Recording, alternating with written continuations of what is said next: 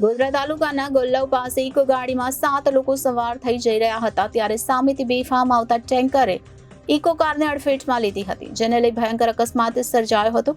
અકસ્માતની જાણ થતાં જ સ્થાનિક પોલીસ અને આરોગ્ય વિભાગની ટીમ ઘટના સ્થળે પહોંચી હતી। આ દુર્ઘટના સર્જાઈ હતી અને આ ઘટનામાં ઇકો કારનો આગળનો ભાગ કચણઘાણ થઈ ગયો હતો। આ અકસ્માતમાં 7 લોકોના મોત થયાનું હાલ જાણવા મળી રહ્યું છે। ગુજરાતમાં અકસ્માતનું પ્રમાણ ચિંતાજનક રીતે સતત વધી રહ્યું છે। આ દરમિયાન ગુજરાતમાં અકસ્માતની વધુ એક ઘટના સામે આવી છે, જેમાં ગોધરા તાલુકાના ગોલ્લાવ પાસે આવેલી આઈટીઆઈ પાસે એક ઇકો કાર અને ટેન્કર વચ્ચે ગમખ્વાર અકસ્માત સર્જાતા 5 લોકોના મોત થયા છે, જ્યારે 2 લોકો ઇજાગ્રસ્ત છે। તો અકસ્માતમાં મૃત્યુ પામનાર લોકો અને ઇજાગ્રસ્ત લોકો છોટાઉદેપુર તાલુકાના કર્ણાવટ ગામના હોવાની વિગતો સામે આવી રહી છે। તમામ લોકો એક અસ્થિર મગજના દર્દીને સારવાર માટે ગોધરા ખાતે લાવ્યા હતા અને સારવાર કર્યા બાદ પરત ફરતી વખતે અકસ્માત સર્જાયો હતો। ગોધરા તાલુકાના ગોલ્લવ પાસે ઇકો ગાડીમાં 7 લોકો સવાર થઈ જઈ રહ્યા હતા ત્યારે સામેથી બેફામ આવતા ટેન્કરે ઇકો કાર અડફેટમાં લીધી હતી, જેને લઈ ભયંકર અકસ્માત સર્જાયો હતો। અકસ્માતની જાણ થતાં જ સ્થાનિક પોલીસ અને આરોગ્ય વિભાગની ટીમ ઘટના સ્થળે પહોંચી હતી। આ દુર્ઘટના સર્જાઈ હતી। ઘટનામાં ઇકો કારનો આગળનો ભાગ કચણઘાણ થઈ ગયો હતો।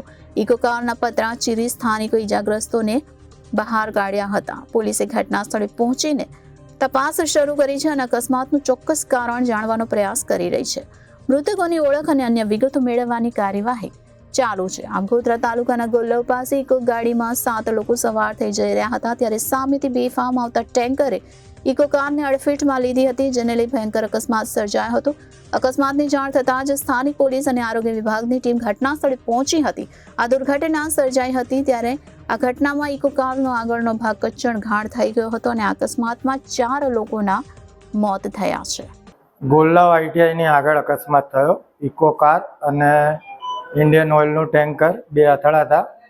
ઇકો કારમાં 8 થી 9 જણને ઈજા થઈ, એમાં 5 જણ મૃત્યુ પામ્યા છે અને 3 જણને ક્રિટિકલ કેસ છે, સિરિયસ છે।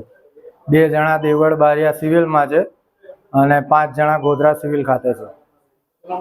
Jigar Barot pilot, location Simaliya. Bureau report Janadesh news Godhra.